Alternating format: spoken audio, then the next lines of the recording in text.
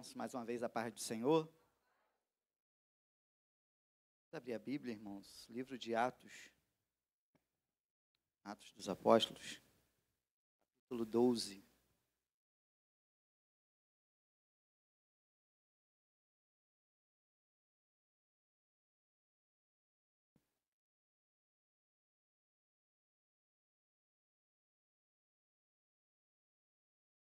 Atos capítulo 12, versículo 6. Antes da leitura, esquecemos de falar no momento da família, hoje temos aquela coxinha. Pode ser que ainda tenha lá, então não deixe de passar lá, tá bom? Ser benção. Atos capítulo 12, versículo 6. Diz assim a palavra: Na noite anterior ao dia em que Herodes iria submetê-lo a julgamento, Pedro estava dormindo entre os soldados, preso com 2 algemas, e sentinelas montavam guarda à entrada do cárcere. Amém, irmãos? Podeis sentar? Glória a Deus. Irmãos, rapidamente, quando nós olhamos para esse texto, nós vemos o apóstolo Pedro preso, né? E ele não é um criminoso perigoso, que comete assaltos, um homicida, né? Um homem violento.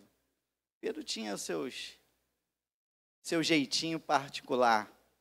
Mas, nessa feita, o motivo de Pedro estar preso não é porque ele era um homem violento.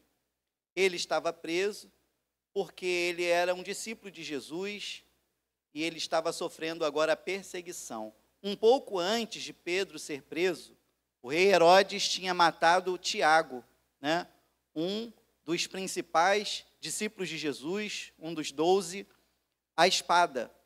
E ele viu que aquela morte de Tiago agradou aos judeus. E ele queria mais isso, queria agradar, queria, né, se tornar mais popular com essas atitudes.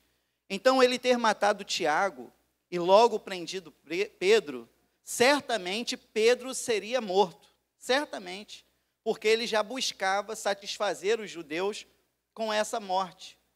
Só que, muito interessante, que quando Pedro é preso, ele tinha o seu jeito peculiar de ser. Nós vamos o encontrar ali sendo guardado por vários soldados, né? Vários soldados fora da prisão, dentro da prisão, porta de ferro fechada, preso com corrente. E ele está guardado ali como se fosse um preso de alta periculosidade. Só que o que mais me chama a atenção é que Pedro está dormindo.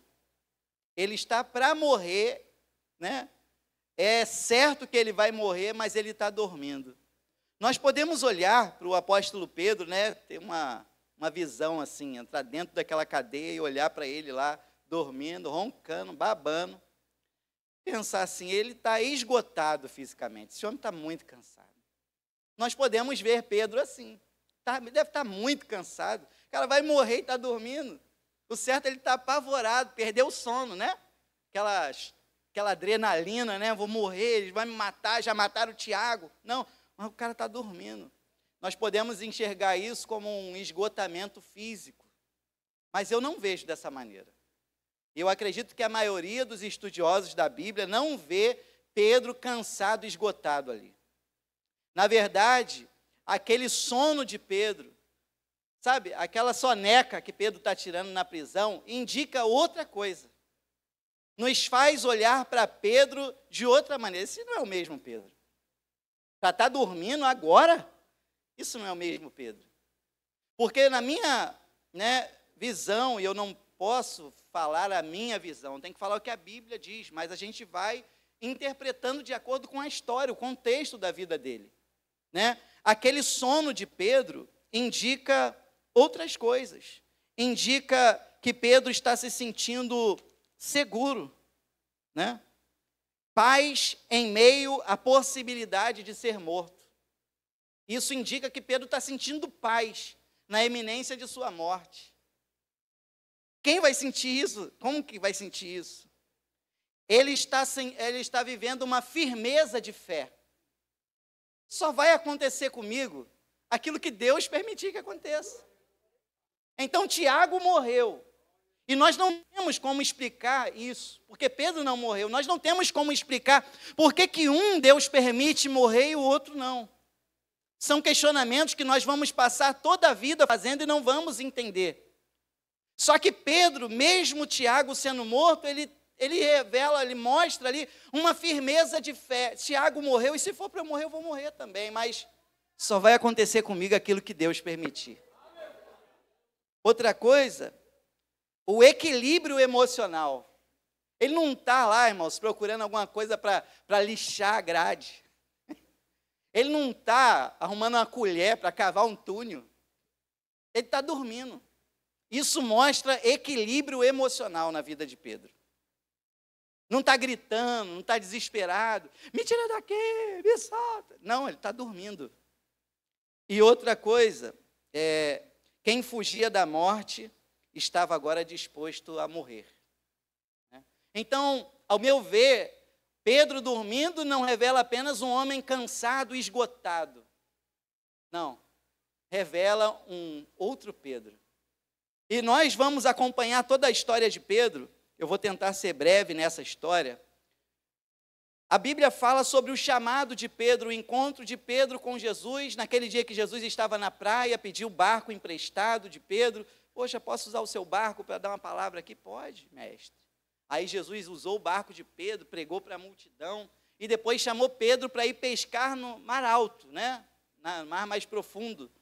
E Pedro disse, olha, eu tentei pescar a noite toda, não consegui pescar nada, mas se o senhor está querendo ir, a gente vai. E aí Pedro foi com Jesus, e Jesus falou assim, lança a rede agora. E quando Pedro lançou a rede, foi tanto peixe, que quase que o barco ia afundando. Na hora que Pedro viveu aquela experiência com Jesus, ele conseguiu se ver. Ele conseguiu ter uma visão de si mesmo diante do Senhor. Ele disse assim, ai de mim, eu não posso estar na tua presença, eu sou um homem pecador, afasta-te de mim. E o caminho da transformação de qualquer pessoa começa nesse ponto. Todas as pessoas que vão viver uma transformação verdadeira de Deus em suas vidas, começa nesse ponto. Qual ponto? O ponto que nós nos enxergamos. Porque enquanto nós nos acharmos bons demais, eu não faço nada de errado, nós não estaremos prontos para viver essa transformação que Deus tem na nossa vida. Talvez você nunca matou, não roubou, não usa drogas, sabe? Você não faz nada que seja criminoso. Ainda que você tenha nascido na igreja, todos nós somos pecadores, carentes e dependentes de Deus e precisamos reconhecê-lo como o único, suficiente, eterno, exclusivo Salvador. Todos nós somos pecadores. Deus olhou e não viu nenhum justo sequer. Nós estamos incluídos nisso. E quando Pedro se viu diante do Senhor, ele reconheceu o seu pecado. E naquele dia, Jesus olhou para aquele Pedro, e falou assim, vem comigo, que eu vou te fazer um pescador de homens. Jesus falou assim, eu tenho uma obra na sua vida, tenho um ministério, tenho um propósito com você, vem comigo que você vai viver esse propósito. E Pedro caminhou com Jesus 3 anos e meio. Pedro foi um dos principais discípulos de Jesus no tempo do seu ministério, só que Pedro se revela, nesse tempo de caminhada, uma pessoa com dificuldades. E o próximo texto que eu quero ler com os irmãos é Lucas capítulo 22, versículo 32. Sobre Pedro também. Lucas capítulo 22, 31 e 32. Jesus disse assim para Simão, Simão, Simão, Satanás pediu vocês para peneirá-los como trigo, mas eu orei por você, para que a sua fé não desfaleça. E quando você se converter, fortaleça os teus irmãos. Na verdade, Pedro, nesse momento aqui, já tinha caminhado com Jesus por anos. E já tinha vivido até experiências que a gente pode chamar de extraordinárias. Pedro foi o único homem que andou sobre as águas com Jesus. Pedro foi uma pessoa que participou de momentos que outros não participaram, junto com Jesus. E nesse momento, Jesus deixa bem claro para ele assim: olha, Pedro, Satanás pediu para fazer uma arruaça na sua vida, mas eu orei por você. E vou dizer uma coisa: quando você se converter, fortaleça os teus irmãos. E aí nós vamos chamar a atenção para o ano do cuidado. Porque, assim como o tema dos varões para esse ano, chamados para cuidar, Pedro foi chamado para cuidar da igreja. Pedro foi separado por Jesus para cuidar dos seus irmãos. Só que, olha que interessante, por mais que ele esteja vivendo um longo tempo junto de Jesus, vivendo experiências sobrenaturais, extraordinárias, Jesus revela algo sobre Pedro, algo que talvez tenha o impactado. Você ainda não é convertido. Você já viveu várias experiências, caminhou comigo por um longo tempo, mas Pedro, você ainda não se converteu. E sim, quando você se converter, aí sim, cuida dos seus irmãos, fortaleça os seus irmãos. Jesus, quando chamou Pedro lá naquele barco, Jesus tinha uma visão do Pedro que ele se tornaria, mas ele não era ainda esse Pedro. E eu fico maravilhado com Jesus, sabe por quê, irmãos? Porque às vezes nós vamos vivendo a nossa vida, fazendo as nossas coisas, e Jesus vê em nós aquilo que nem nós conseguimos enxergar. Jesus consegue ver valor em nós, aleluia, até porque nós fomos criados pelo Todo-Poderoso, e Ele já nos criou com uma vocação. Nós ainda estávamos informes no ventre da nossa mãe, e Ele nos criou para um propósito, e aí a gente nasceu, foi vivendo a nossa vida, às vezes longe desse propósito. Aí Ele aparece no nosso barquinho, num dia qualquer, num dia frustrante talvez, e Ele nos chama para viver o propósito dEle, e Ele nos enxerga de uma maneira que nós nunca imaginávamos ser. Ele continua acreditando que nós vamos nos tornar aquilo que Ele nos criou para ser. O fato de nós um dia passarmos a fazer parte de uma igreja, não significa que nós chegamos no ponto que Ele quer. O fato de nós estarmos trabalhando em uma área da igreja, não significa que nós chegamos no ponto que Ele quer. Pedro era um dos principais discípulos e ele ficou impactado, eu acredito, na hora que Jesus falou: você ainda não é convertido, cara. Você é um dos meus principais, mas não é convertido. Já pensou? Com esse tempo que você tem de casa, de igreja, você ainda não é convertido. E como nós, Pedro, ele vai servir de exemplo para nós. E como que eu vou saber se sou ou não? Vamos olhar para Pedro. Pedro, em Atos capítulo 2, a gente vai ver o Pedro que Jesus viu lá naquele barco.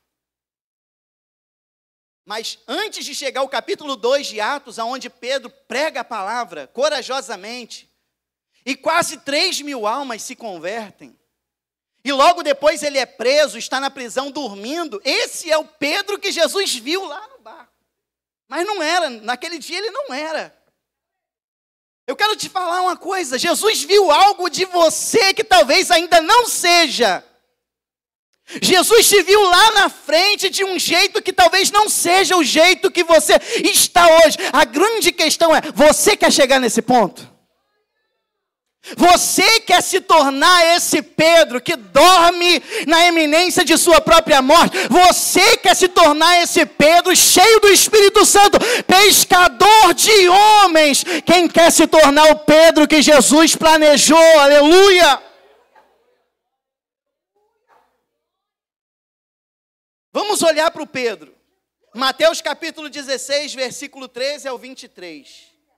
Jesus chega para os seus discípulos e fala assim: olha, quem a multidão diz que eu sou?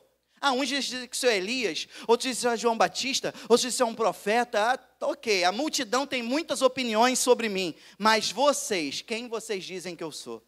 Aí Pedro: tu és o Cristo, o Filho do Deus vivo, tu és o Messias. Imagino que Jesus abriu um sorriso para ele. Pedro, Quem te revelou isso não foi a carne, não foi o sangue, foi o próprio Pai. Pedro, tu recebeu uma revelação de Deus aqui, cara. Você recebeu a revelação e compartilhou no meio dos seus irmãos. Pedro recebe revelação de Deus direto e fala. Quem olha para esse Pedro vai falar assim, é uma benção. Jesus continuou, diz o texto, Mateus 16, 33 ao 20. Jesus continuou dizendo, aí Jesus começou a falar do seu sofrimento. Vou ser preso pelos fariseus, vou ser preso pelos líderes religiosos, vou ser morto. Aí Pedro, né, o mesmo que revelou. Jesus, vem cá, vem cá. Que negócio é esse, Jesus? Não, isso não vai acontecer contigo de forma alguma. Aí Jesus disse assim para Pedro, aparta-te de mim, Satanás, porque você para mim é uma pedra de tropeço. Antes ele tinha falado assim, Pedro, não foi carne e sangue que te revelou, mas o meu Pai que está no céu. E sobre esta pedra edificarei a minha igreja, e as portas do inferno não prevalecerão. Falou de pedra com Pedro. Na afirmação de Pedro era uma pedra que ele edificaria. Na revelação de quem Cristo era, é onde a igreja é edificada. E Pedro estava sobre essa rocha, sobre essa pedra, que edifica a igreja. Só que, pouco tempo, minutos depois, Pedro estava sendo usado por Satanás. E Jesus falou de outra pedra, pedra de tropeço. Ou seja, Pedro se mostra dentro de uma bipolaridade espiritual. O que é isso? É alguém que em algum momento fala em nome de Deus, profetiza em nome, e é de Deus. É de Deus. Mas minutos depois, quem está falando na boca dele? Satanás. Isso revela uma pessoa não convertida. É um instrumento de Deus? É. Isso explica o fato de algumas pessoas conseguirem pregar lindamente um sermão, cantar muito bonito, tocar um instrumento, fazer uma coisa, vestir uma roupa, ser um pastor, ser um dirigente, ser alguém dentro desse ambiente espiritual e funcionar, e depois, já no carro, indo para casa, xinga um palavrão, briga com a esposa, maltrata, chega em casa, é um pandemônio, porque é uma bipolaridade espiritual. É uma pessoa que consegue viver com duas faces. Ela tem dois estilos de vida numa vida só. E Jesus conhece Pedro melhor do que ninguém. A grande questão é hoje, Pedro, que pedra você quer ficar, cara? Você quer ficar com a pedra que é a edificação da minha igreja, a pedra principal que sou eu, ou você quer ficar com essa pedra de tropeço que é Satanás? A quem você realmente quer servir, Pedro? A pedra verdadeira de esquina que os homens rejeitaram, que sou eu, Jesus? Ou você quer continuar sendo boca de Satanás? Porque o que acontece dentro dessa bipolaridade espiritual? Existem situações. Isso pode acontecer imprevisivelmente e inconscientemente. Existem pessoas que é imprevisível, isso acontece de forma inconsciente. Satanás se aproveitou e, sem querer, a pessoa foi ali um instrumento de Satanás. É uma pessoa que caminha com Jesus, vive suas experiências com Deus, mas vira e mexe, ela faz uma coisa que não é Deus na vida dela. Ou isso pode ser uma coisa constante. É uma pessoa que o inimigo tem acesso livre. É uma pessoa que ora, que vive sua vida religiosa cristã, mas o inimigo sabe, eu sei como usar aquela pessoa ali. É uma coisa constante. Tem uma abertura. Tem uma brecha onde o inimigo sempre se aproveita e usa essa pessoa. Então, quando Jesus fala assim, quando você se converter, ou seja, quando você deixar de dar acesso a Satanás na sua vida, Quando você ser um instrumento apenas meu, particularmente meu, o meu povo precisa ser exclusivamente meu. Existem outras religiões onde as pessoas são chamadas de cavalo. Nós não somos cavalos de Satanás, nós somos servos do Todo-Poderoso, somos filhos de Deus, somos ovelhas do seu aprisco.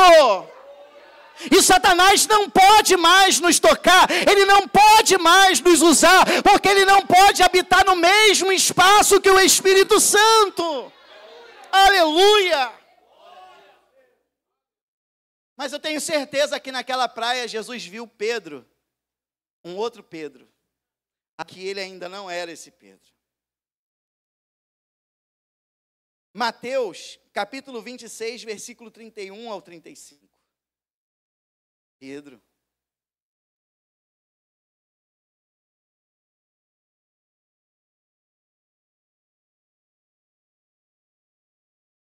Jesus chega para os seus discípulos e fala assim: ainda essa noite, todos vocês vão me abandonar. Chega para os seus discípulos. Aí Pedro: Senhor, esses irmãos aí, pode todo mundo te abandonar. Eu jamais. Sabe o que Pedro mostra? Autoconfiança. E nós somos hoje, irmãos, chamados pelos coaches, né? Você precisa confiar em si mesmo. Você precisa confiar na sua capacidade. Nós precisamos ter, sim, uma porcentagem, irmão. Nós precisamos confiar, né? Nós precisamos realmente acreditar.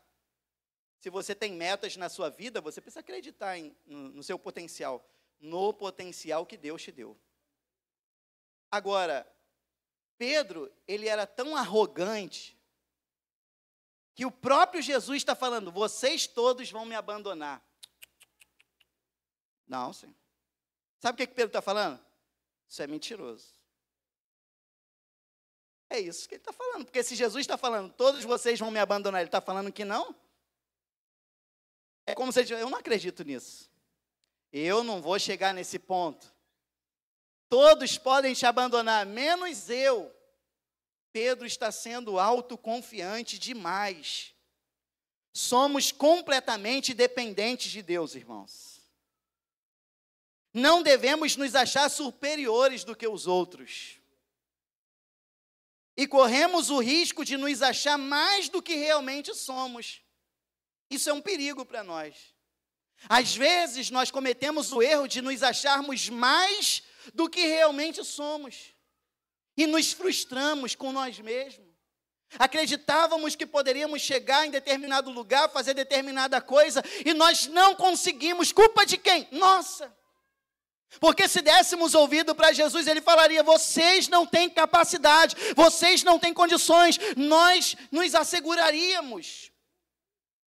Precisamos ser ousados, corajosos, sim, mas não loucos. Ousar fazer algo que Jesus, não faça isso, isso vai acabar com a sua vida. Isso aconteceu com Pedro. Próximo, João 18, 10 e 11. Jesus chama os discípulos para ir para o Getsêmani, e esse ponto aqui eu quero chamar a atenção para ele. E quando eles estão lá, e chega Judas, junto com os soldados que vão prender Jesus. E na hora que vão colocar a mão em Jesus, o que Pedro faz? Pega a espada, corta a orelha do Malco. Sabe o que Pedro revela aqui? Desequilíbrio emocional. Ao mesmo tempo que ele está fazendo valer o que ele diz: Senhor, com você eu vou até o fim. Se preciso morrer, eu vou morrer. Pedro está fazendo valer isso. Só que esse amor desequilibrado, ele não é saudável. Tem gente que ama, mas ama de um jeito que não é saudável. Ama de um jeito desequilibrado. Está disposto a fazer loucuras por amor. É o amor de Pedro. Não é convertido ainda, mas ama do jeito dele. Um amor não convertido, irmão, ele faz um estrago. E Pedro, na hora que Jesus falou assim: ei Pedro, para, eu não poderia pedir agora ao Pai. tantos anjos para aqui me defender? Eu não haveria de cumprir o que está escrito sobre mim? O que está acontecendo comigo é um propósito de Deus. Guarda a tua espada, para de querer defender aquele que está vivendo algo que é Deus que está no controle. Já preguei sobre isso aqui, sobre a nossa defesa, o nosso cuidado excessivo. Deus nos manda guardar a espada para tentar defender alguém que está vivendo exatamente aquilo que Deus escreveu sobre ele. A gente interfere nos planos de Deus. A gente diz amar tanto que a gente acaba interferindo no agir de Deus na nossa vida. A gente procura os nossos meios, as nossas armas, as nossas defesas para intervir em algo que Deus está no controle. Entramos em tempestades que nós não deveríamos entrar. Entramos em desertos que nós não deveríamos entrar. Guarda a tua espada, Pedro. E o desequilíbrio emocional desse homem fez ele cortar a orelha do outro. Agora, eu quero trazer um detalhe aqui. Existem coisas que nós vamos fazer por conta do nosso desequilíbrio emocional, que Jesus, por misericórdia, vai colocar no lugar. Mas nem sempre nós vamos conseguir ter as coisas postas no lugar. Nós vamos ter que lidar com as consequências das orelhas que cortamos. E pessoas vão ter que seguir suas vidas com suas orelhas cortadas por causa do nosso desequilíbrio. E eu trago isso aqui para a família, para os maridos, para as esposas, para os filhos. O nosso desequilíbrio emocional é tão grande que nós vamos cortando, decepando os nossos próximos. Com palavras, com atitudes. Nós vamos causando feridas que talvez nunca mais as coisas vão voltar para o lugar. Nós precisaremos o resto da vida ter de lidar com essas consequências. E vamos falar assim, se eu pudesse voltar atrás, aquele dia eu me excedi. E alguém vai sempre olhar para você, ele cortou minha orelha. Ele me feriu de uma forma que eu nunca mais pude ser a mesma pessoa. Existem pessoas assim. Por conta dos seus desequilíbrios emocionais, vão ferindo as pessoas, nos momentos de emoção, nos momentos de pressão. E olha, irmãos, é muita coisa para ser tratada.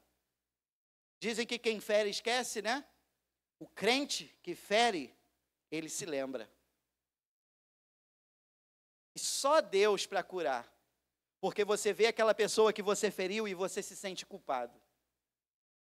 Porque não era para você fazer aquilo. E agora com uma natureza de um cristão, você, poxa, por que eu fiz isso? Então, hoje nós estamos num culto onde o Espírito Santo, ele quer trabalhar, quer nos fortalecer espiritualmente, mas em todas as áreas da nossa vida o Senhor quer trabalhar. Todos nós sabemos se somos desequilibrados em alguma parte, se tem alguma coisa que nos tira dos trilhos, nos tira do rumo, e nós acabamos colocando tudo a perder. É quando alguma coisa acontece, é sempre aquilo, é um gatilho, que aí eu maltrato a minha esposa, maltrato o meu marido, maltrato os meus filhos, eu chego no trabalho, eu maltrato todo mundo, eu preciso mudar. E Jesus, irmãos, ele está falando assim, quando você se converter, Pedro, aí sim você cuida dos seus irmãos, porque alguém desequilibrado vai cuidar de quem? Alguém desequilibrado, que está pronto, qualquer coisa, ele, estou com a espada aqui, hein, rapaz. Eu trabalhei com um irmão, que ele era uma benção.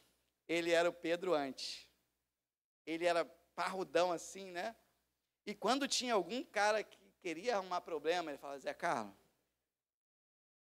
eu amasso ele. O cara nasceu praticamente na igreja, literalmente. Ele morava na igreja, nasceu na igreja. Criado, os pais, pai, pastor. Aí, o que é isso, cara? Como é que tá? Não, Zé Carlos, depois eu vou no hospital visitar ele, orar por ele, evangelizar ele. Ele falava isso.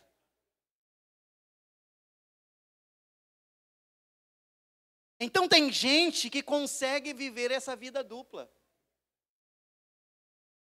Está tudo bem, paz do Senhor, sorriso, mas quando alguma coisa engrossa, se alguém bate, raspa no carro dele, já era. Acho que ele tira até uma arma de dentro do carro dele, está escondida lá. Deus quer tratar nesse ponto da nossa vida, irmãos. Ele está ansioso para ver aquele Pedro de Atos 2. Ele está ansioso para ver um Pedro dormindo na iminência de sua morte. Não tem desequilíbrio naquele Pedro. Talvez hoje o Senhor tenha nos chamado a atenção aqui para que a gente possa refletir quantas orelhas você já arrancou. E você convive com essas pessoas. E você as vê sem orelha. Foi eu. Foi eu quem fez isso. Mateus 26, do versículo 69 ao 75. Prenderam Jesus e Pedro, ele vai para perto da onde Jesus estava. E ele começa a se aquecer na fogueira. Todos nós conhecemos essa história. Eu não estou lendo, mas nós já temos uma ideia dessas histórias, até pelos filmes que a gente viu e tal. E ele, quando está lá na fogueira, se aquecendo, alguém chega e fala assim: você é um deles. Eu não conheço esse homem. Outra pessoa chega: certamente você é um dos discípulos dele. Eu já disse que eu não conheço esse homem. Até que vem uma terceira pessoa: não, você é sim um deles. E ele jura, começa a espraguejar. Tipo assim, que inferno, que perturbação. Eu juro que eu não conheço esse homem. Esse é o mesmo Pedro que falou assim: todos podem te abandonar, mas eu jamais vou te abandonar. Alguém poderia dizer assim: quem diria, hein, Pedro? Quem te viu, quem te vê. Pedro, ele é um exemplo para nós de muitas formas. Sabe por quê? Quando nós vamos evangelizar na rua, quando nós estamos nas nossas empresas, a gente vai conhecendo pessoas desviadas do caminho de Jesus. Pessoas afastadas do Evangelho. E a gente se depara com pessoas que já foram pastores, missionárias. Nós nos deparamos com pregadores, líderes, pessoas que foram obreiros da casa do Senhor. Eu poderia chegar hoje para um pastor, para uma missionária, para um pregador e falar assim: olha, daqui a 10 anos você vai estar vivendo na sarjeta, numa rua, como uma pessoa em situação de rua. Essa pessoa vai acreditar? Vai acreditar? Se eu dissesse isso para você, você ia acreditar? Não. Jamais nós iríamos acreditar nisso. Se eu dissesse para Pedro o que Jesus disse: você vai negar Jesus 3 vezes. O que ele fez? Não acreditou. Não acreditou. Ele confiou muito em si. E Jesus disse: você não é convertido. Então nós não podemos basear a nossa vida cristã nas experiências. Hoje na EBD eu falei da importância de termos experiências com Deus. Nós precisamos, somos carentes e somos privilegiados por vivermos experiências com Deus, mas a nossa vida cristã, ela não pode se basear nisso. Nós precisamos ter fé. O que a gente cantou aqui com o Ministério de Louvor? Me sustenta enquanto não vejo. Me sustenta enquanto não sinto. Tem dias que nós não vamos ver, tem dia que nós não vamos ouvir, tem dia que nós não vamos sentir. Deus sabe o que vai nos segurar? A fé. Não vejo nada, não sinto nada, não ouço nada, mas não vou deixar de acreditar nele. Mas a pressão está muito grande. Sabe o que fez Pedro negar mais uma vez? O momento difícil. Porque quando Jesus estava ali, quem? As pessoas dizem que eu sou quem? Vocês, tu és o Cristo. Mas quando Jesus começa a falar de sofrimento, de cruz, não, Senhor, não. Quando alguém vem prender Jesus, sai um Pedro de dentro do armário com uma espada. Quando a pressão está muito grande na vida dele, ele nega Jesus. A grande pergunta a grande questão para a nossa geração. Porque as pessoas que se desviaram foi porque não suportaram a pressão do momento, as adversidades. Eu não sei como está a sua vida hoje, mas se tudo mudar, se tudo começar a ficar difícil, você vai se manter firme na sua fé. Pedro, Satanás quis ir andar com você como faz com trigo. Mas para que a sua fé continuasse, eu orei por você. Então Jesus encontrou nesse Pedro fé. Ele não está convertido, mas ele tem fé. Ele ainda não está no ponto que Jesus quer, mas ele tem fé. E graças a Deus, sabe quem está orando por ele? Jesus. Eu posso orar por você, vai ser bênção. Mas você saber que Jesus está intercedendo por ti. E eu quero dizer, Ele está intercedendo por ti. Aleluia. Você pode ser uma pessoa bipolar espiritual. Você louva lindo, você prega lindo, você fala lindo, você serve a Deus lindamente, mas você não é flor que se cheire. Mas Jesus, Ele está olhando e você vai chegar no ponto que eu quero. Você faz tudo isso, você anda sobre as águas, mas rapaz, se alguém se levanta, tu tem uma espada guardada aí. Você é desequilibrado emocionalmente. Jesus está vendo isso. E Ele ainda acredita em nós. Você vai chegar no ponto que eu quero. Imagina, irmão, no dia que o Espírito Santo foi derramado sobre a igreja, todo mundo foi cheio do Espírito Santo, e daqui a pouco Pedro começa a pregar. Imagina Jesus, irmãos, lá de cima olhando para ele. Eu sempre acreditei nesse cara. Eu não desisti dele.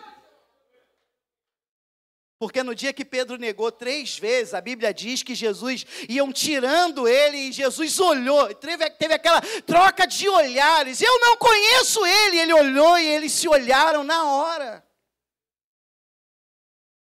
Jesus te viu no dia que você fez tudo errado. No dia que você fez tudo ao contrário daquilo que Ele te chamou para fazer.